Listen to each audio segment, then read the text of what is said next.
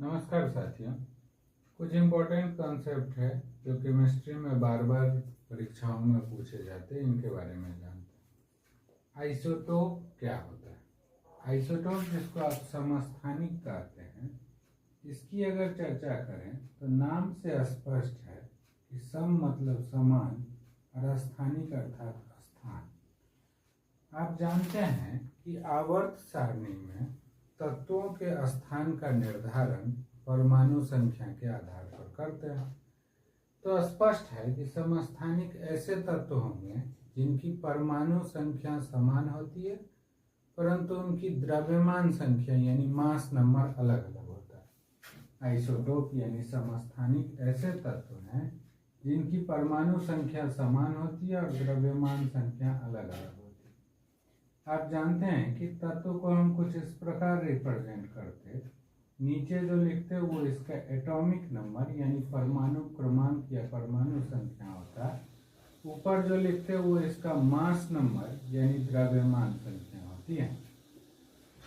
तो आप जब एलिमेंट पर ऐसे आप लिखते हैं, इसमें जेड को कहते हैं हम लोग एटॉमिक नंबर, बराबर होता है नंबर ऑफ प्रोटॉन के, यानी जेड बराबर होता है किसके? पी के। ठीक है।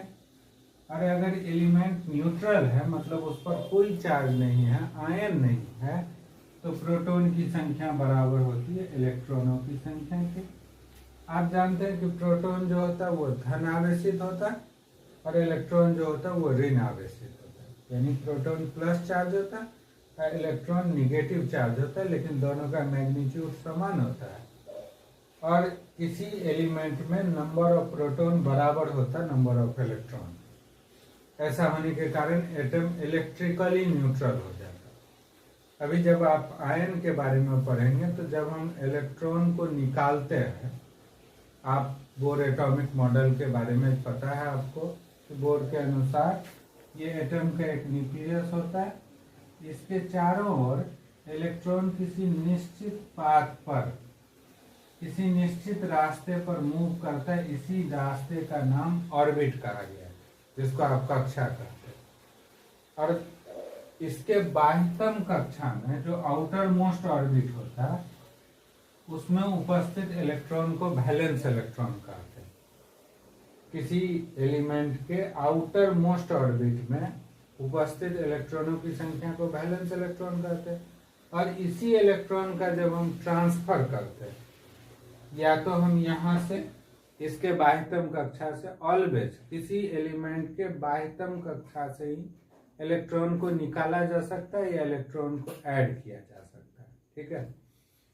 आप पढ़े होइएगा कि एक चीज होता है इलेक्ट्रोनिगेटिविटी, एक होता है इलेक्ट्रॉन एफिनिटी, है ना। इलेक्ट्रॉन एफिनिटी क्या है? किसी तत्व में अगर आप इलेक्ट्रॉन ऐड कर रहे हैं, इलेक्ट्रॉन को अट्रैक्ट करने की जिसमें प्रॉपर्टी होती है, वैसे तत्व की इलेक्ट्रॉन एफिनिटी का मान अधिक होता है।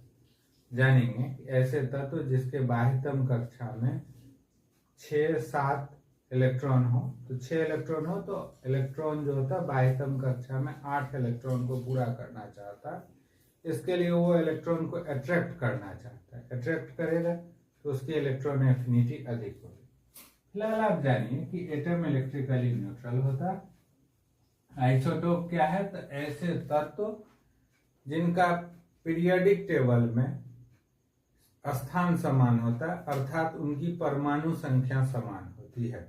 ऐसे तत्व जिनकी परमाणु संख्या का मान समान और मास नंबर यानी द्रव्यमान संख्या का मान अलग अलग हो, ऐसे तत्व को हम लोग समस्थानिक कहते हैं। एग्जाम्पल के लिए आप ऐसा कह सकते हैं कि हाइड्रोजन के 3 समस्थानिक होते हैं। इसको 1H1 कहते हैं, 1S2 और इसको 1S3 कह दीजिए। इसका नाम आप कहते हैं प्रोटियम।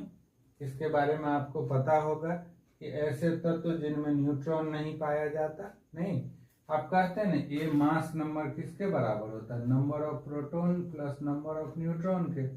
अगर n का मान निकालना चाहें तो A-P आप कह सकते हैं या A-Z। अगर मास नंबर एक ही है और ये प्रोटॉन का नंबर भी एक ही है, तो इसमें न्यूट्रॉन की संख्या कितनी होगी? 0। ठीक है, ध्यान रखिएगा। प्रोटियम या हाइड्रोजन का एक ऐसा समस्थानिक जिसमें परमाणु की संख्या 1 और द्रव्यमान संख्या 1 होती है, इस समस्थानिक में न्यूट्रॉन नहीं पाया जाता। ये ड्यूटेरियम है। ड्यूटेरियम, इसका उपयोग ऐसे भी इसको लिखते हैं। इसी का उपयोग हम लोग D2O, जिसको आप हैवी वाटर कहते हैं, भारी जल, जिसके खोज करता HC यूर्रे साहब है, नाभिकीय रिएक्टर में हम लोग मंदक के रूप में करते हैं। और हाइड्रोजन का ये एक आइसोटोप है, ये एक आइसोटोप जो जिसको आप टाइट्रियम कहते हैं, टाइट्रियम। ये जो होता है वो रेडियो एक्टिव होता है, ठीक है। एक ऐसा समस्थानिक हाइड्रोजन का जो रेडियो एक्टिव होता है वो टाइट्रियम होता है, ध्यान रखिएगा। ये हाइड्रोजन के 3 समस्थानिक होते हैं। ऐसे ही आप एक इम्पोर्टेंट तौर पर यह ध्यान रखिएगा कि पोलोनियम एक ऐसा तत्व है जिनके समस्थानिक की संख्या सर्वाधिक होती है, और कितना होता है, तो ये 27 होता है। तो आपने जान लिया कि समस्थानिक ऐसे तत्व होते हैं जिनकी परमाणु संख्या समान, द्रव्यमान संख्या अलग अलग होती है। इनमें प्रोटॉनों की संख्या तो समान होंगी, लेकिन न्यूट्रॉनों की संख्या अलग अलग होगी। अब एक बात और जानिए, ये जो समस्थानिक हैं, इनमें प्रोटॉनों की संख्या समान है, पीरियोडिक टेबल में स्थान समान है। इनका जो केमिकल नेचर होगा, रासायनिक गुण, जिसको आप केमिकल नेचर कहते हैं, ये बिल्कुल सेम होता है, रासायनिक गुण समान होता है, ठीक है। मतलब आवर्त सारणी में एक स्थान पर स्थित तत्व के केमिकल प्रॉपर्टी का मान समान होता है, रासायनिक गुण समान होता है। तो इनका रासायनिक गुण क्या होता है, समान। आपसे कहा जाए कि अगर कोई आइसोटोप है तो उनके केमिकल प्रॉपर्टी में क्या कोई डिफरेंस होगा, तो कहिएगा बिल्कुल नहीं होगा। जबकि इसके भौतिक गुण, जिसको फिजिकल प्रॉपर्टी कहते हैं, जैसे वेट हो गया, बॉइलिंग पॉइंट हो गया, मेल्टिंग पॉइंट हो गया, ये असमान होते हैं, भिन्न भिन्न हो सकते हैं, समान भी हो सकता है और असमान भी। लेकिन फिजिकल प्रॉपर्टी के बारे में आपसे कहा जाए तो ये डिफरेंट होता है, जबकि केमिकल प्रॉपर्टी सेम होता है। तो ये ध्यान रखिएगा, पोलोनियम के समस्थानिकों की संख्या सर्वाधिक होती है, और कितनी होती है, तो 27। तो ये आप समस्थानिक के बारे में आपने जाना। अब समस्थानिक के बाद हम अगला चीज जानना चाहते हैं, जिसको आप समभारिक कहते हैं। अब इसमें क्या होता है, मान लीजिए कि कोई 2 तत्व है, जैसे ये मान लीजिए आर्गन, इसकी परमाणु संख्या 18, द्रव्यमान संख्या 40, ठीक है। ये एक तत्व होता है पोटेशियम, इसकी परमाणु संख्या 19 और द्रव्यमान संख्या 40। कैल्शियम, इनकी परमाणु संख्या 20, द्रव्यमान संख्या 40। देखिए इसके मास नंबर का मान, यानी द्रव्यमान संख्या का मान क्या, समान। मास नंबर क्या होना चाहिए, समान होना चाहिए। जबकि इसके परमाणु संख्या का मान 18, 19, 20 है, यानी इसका जो एटॉमिक नंबर है वो आपका डिफरेंट है, यानी असमान है। तो आपसे पूछा जाए कि समभारिक किसको कहते हैं, तो ऐसे तत्व जिनकी द्रव्यमान संख्या का मान समान परंतु परमाणु संख्या का मान अलग अलग होता है, ऐसे तत्व समभारिक कहलाते। ये इसके एग्जाम्पल हो गए। अब इससे इंपॉर्टेंट चीज क्या है, इसमें आप अगर A मान लीजिए 40 है, तो इसमें N की संख्या, न्यूट्रॉनों की संख्या आप कैलकुलेट करिए, तो यहाँ पे हो जाएगा 22, यहाँ पे 21, और यहाँ पे देखिएगा तो 20। प्रोटॉनों की संख्या देखिए तो यहाँ पे 18, यहाँ पे 19 और यहाँ पे 20। यानी ऐसे तत्व में प्रोटॉनों की संख्या भी अलग अलग, न्यूट्रॉनों की संख्या भी अलग अलग। और चूंकि ये अलग अलग तत्व हैं, जहाँ पे आप आर्गन की बात करें तो ये इनर्ट गैस, ठीक है। सोडियम की बात करें तो ये ग्रुप 1A का अल्कली मेटल इसको कहते हैं। कैल्शियम का प्रॉपर्टी और पोटेशियम का प्रॉपर्टी बिल्कुल डिफरेंस होगा। तो इनके रासायनिक गुण जो होते हैं, रासायनिक, पहले भौतिक गुण की, पहले रासायनिक और भौतिक गुण की बात करें। रासायनिक गुण स्पष्ट है कि चूंकि तत्व अलग हैं, इसलिए रासायनिक गुण इनका क्या होगा, डिफरेंट होगा, असमान होगा। और इनके फिजिकल प्रॉपर्टी की बात करें, यदि इनके भौतिक गुण की बात करें तो चूंकि एलिमेंट ही अलग अलग है तो इनकी फिजिकल प्रॉपर्टी का मान भी अलग अलग ही होगा, क्योंकि आदमी चेंज हो जाएगा अगर एलिमेंट ही चेंज हो जाए। ये आर्गन इनर्ट गैस है, गैसियस स्टेट में रहता है, ये मेटेलिक स्टेट में रहता है। गैस का भौतिक गुण और किसी धातु का भौतिक गुण समान कैसे हो सकता है? तो ध्यान रखिएगा, समभारिक ऐसे तत्व हैं जिनकी द्रव्यमान संख्या का मान समान और परमाणु संख्या का मान अलग अलग होता है। ठीक है, ये हमने जान लिया। अब हमको जानना है सम न्यूट्रॉनिक, आइसोन्यूट्रॉनिक, दो ऐसे तत्व या ऐसे बहुत सारे तत्व जिनमें न्यूट्रॉनों की संख्या समान है। जैसे मान लेते हैं कोई एक तत्व, इसमें न्यूट्रॉन की संख्या, आइसोन्यूट्रॉनिक यानी न्यूट्रॉन की संख्या क्या होनी चाहिए? समान। न्यूट्रॉनों की संख्या समान होनी चाहिए, ध्यान रखिएगा। मान लेते हैं जैसे ये लिथियम, इसकी परमाणु संख्या 3 और द्रव्यमान संख्या मान लेते हैं कि 7 हो गया। ठीक है, और लिथियम के बाद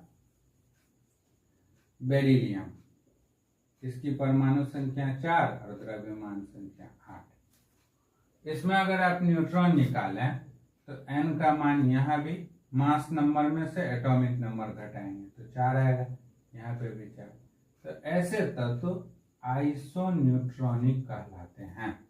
आइसोन्यूट्रॉनिक कौन हो गए? जिनकी परमाणु संख्या का मान अलग अलग लेकिन न्यूट्रॉन की संख्या का मान, परमाणु संख्या और द्रव्यमान संख्या भी अलग अलग होता है, लेकिन इन दोनों तत्वों में न्यूट्रॉनों की संख्या का मान समान होता है, तो ऐसे तत्व आइसोन्यूट्रॉनिक कहलाते हैं। ठीक है, आइसोन्यूट्रॉनिक हो गए। अब देखिए एक होता है समडाइफर। समडाइफर क्या होता है? इनमें न्यूट्रॉन और प्रोटॉन का जो डिफरेंस होता है n-p, ये जो होता है वो आपका समान होता है। न्यूट्रॉन और प्रोटॉन का डिफरेंस अगर किसी दो तत्वों में समान है इनको समडाइफर कहें। जैसे यहाँ पे देखिए ये थैलियम है, इसकी परमाणु संख्या का मान 90 और मास नंबर 231। यूरेनियम 92, 235। ठीक है, इसमें आप देखिए तो हम अगर यहाँ पे कहें A का मान 231 और ये है 90 प्लस P प्लस N होता है, N बराबर हो गया आपका 231। तो N का मान कितना? 141। अब N माइनस P निकालिए तो 141 माइनस 90 ये हो जाएगा आपका 51। ऐसा आप कह सकते हैं यहाँ पे 51 न्यूट्रॉन और प्रोटॉन का डिफरेंस। यहाँ देखें, यहाँ पे A का मान हो गया आपका 235, यहाँ पे P का मान 92 प्लस N बराबर 235। अगर N निकालना चाहें तो ये 143 हो जाएगा, ऐसा कर सकते हैं। और यहाँ पर N माइनस P निकालना चाहें तो 143 माइनस 92 यानी यहाँ पर 51 आएगा। तो आप देख सकते हैं इन दो तत्वों में न्यूट्रॉन और प्रोटॉन की संख्या, न्यूट्रॉन और प्रोटॉन के डिफरेंस का मान, न्यूट्रॉन और प्रोटॉन के अंतर का मान समान है, इसलिए इसको आप समडाइफर कह सकते हैं। आइसोडाइफर कहते हैं। आइसोडाइफर कहने का मतलब ऐसे तत्व जिनमें न्यूट्रॉन और प्रोटॉन का डिफरेंस क्या हो? समान। ठीक है, अब अगला चीज इस आइसो इलेक्ट्रॉनिक है। इससे पहले आप आयन के बारे में जान लें। आपने जाना कि एटम इलेक्ट्रिकली न्यूट्रल होता है। जैसे आप कहते हैं सोडियम, तो इसकी परमाणु संख्या 11 और द्रव्यमान संख्या 23 कहते हैं।